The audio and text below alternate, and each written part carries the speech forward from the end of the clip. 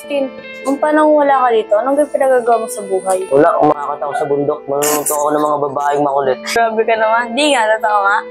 Abutin ka na sa akin. Kulit mo eh. Kunyari ka pa. Alam ko, joke lang yun eh. Harutan pa kayo dyan ng harutan. Makita kayo dyan ni mama. Pala anak, meron nga pala akong bibigay sa'yo. Ano yan, ma? Tara, gusto mo ba? Oo, ma. Gusto ko ma yan. Pasensya na dito siya, isa lang kasing nabili ko eh. Ma, sunod na lang. Ma, ang ganda na ito, ma. Parang nakabaliwala na ako rito. Makagala ka nga lang.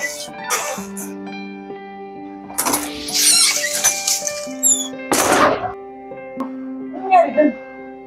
Kaya mo na yun, tita. Baka nagbaliw-baliwan na naman. Gaya nga naman yun eh. Paano, maiwan ko muna kayo dito ah. Sige po, ma. O Hana, anong oras na ah? Wala pa rin si JC. Wala pa nga po, tita eh. Hanapin ko na po kaya. O sige Hana, pinag-alalatuloy tayo ng batang yun. Sige po, tita. Alis na po ako.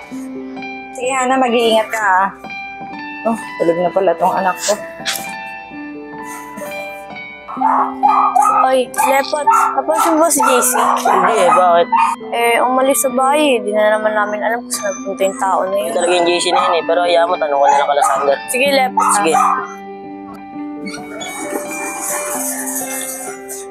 O Hana, nakita mo na ba si JC? Tita, hindi pa po eh. Pero sabi po ni Lepot, sila daw po na mag-aanap. Sana makita na nila, no? Sige na Hana, matulog ka na.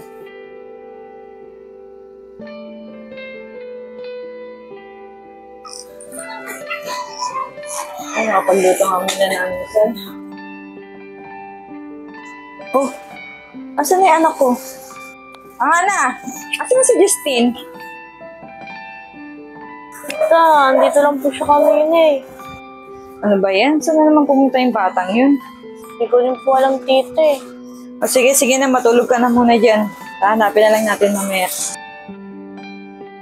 Saan na kayo yung dalawang batang yun? Tita, lalabas na po muna ako. Ako na lang po muna maghahanap sa dalawa na yun. Sige Hana, nag-aalala na ako. Sige po, tita. Uy, tol. Uy, tol. Tol, napansin niyo ba si JC? JC? Hindi, tol. Bakit?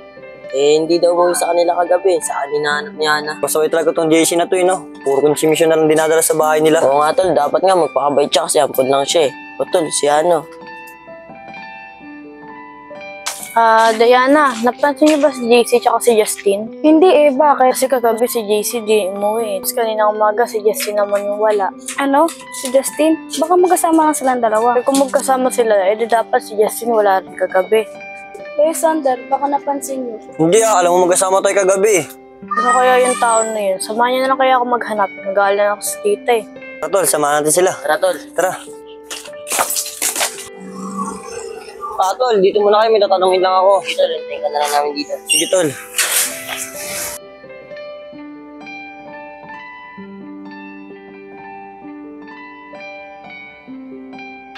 Ate, pwede po ba magtanong? May nakita po ba kayo na tao mga kasingkaring ko lang? Baka yung nadisgrasya kahapon ay na yung taong hinahanap mo. Umalo pa nga yung ulo sa tricycle eh. Sana naman wala sa kanila yung nadisgrasya kagabi. Salamat po. Be, anong balita, Be? Be, may masamang balita. Kasi daw kanina, may nadisgrasya daw doon. Bumalo daw sa tricycle yung ulo. Ano? Sana hindi si Jessie tsaka si Justin yung taong sila sabi nila, no? Oo nga, napaisip din ako doon eh. O ano, bibili ako pagkain para sa inyo. Sander, totoo ba yung sinasabi mo? Paano, totoo yung sinasabi ko. O paano, uwi muna ako. Sabihin ko lang kay tita yung mga nangyari ngayon. Giana, mag-iingat ka. Giana, ingat ka. Tara, tayo mga tatlo maghanap. Tara, tol. Tol, paano kung isa sa kanila na disgrasya? Sino pipiliin mo madisgrasya? Justin o si JC? Sa akin, si JC, tol. Parang ang kulit kasi ng tao na yun eh. Ikaw, tol. Uy, ba't ba ganyan pinagsasabi niya? Kasi pagdasal nila ng tao kung ano napapagsasabi niyo. Sander kasi tanong ng tanong, samagot lang ako eh. Ikaw, Sander, sino pipiliin mo? Totoo pa to eh. Di si Lepot kasi nagpapatawa eh. Pero kung papipiliin ako sa dalawa, siyempre wala. Pares natin kaibigan yun. Ganyan dapat, hindi yung kung ano-ano yung sinasabi niya. Kung ano, tara, hanapin na natin sila. Tara, tara. Pero tol, kung papipiliin talaga ako sa dalawa, si JC ang gusto. Uy, Lepot! Tuungan kita eh. Joke lang. Tol, si JC. Uy! Loko.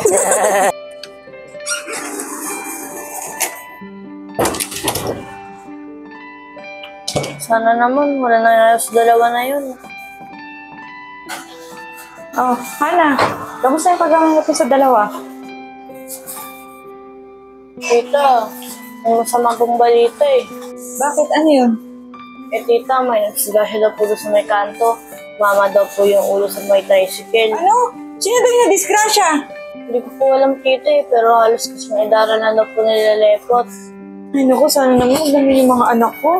Sana nga po tita, pag-pray na lang po natin sila. Sige na, Hana, magpahinga ka muna sa loob.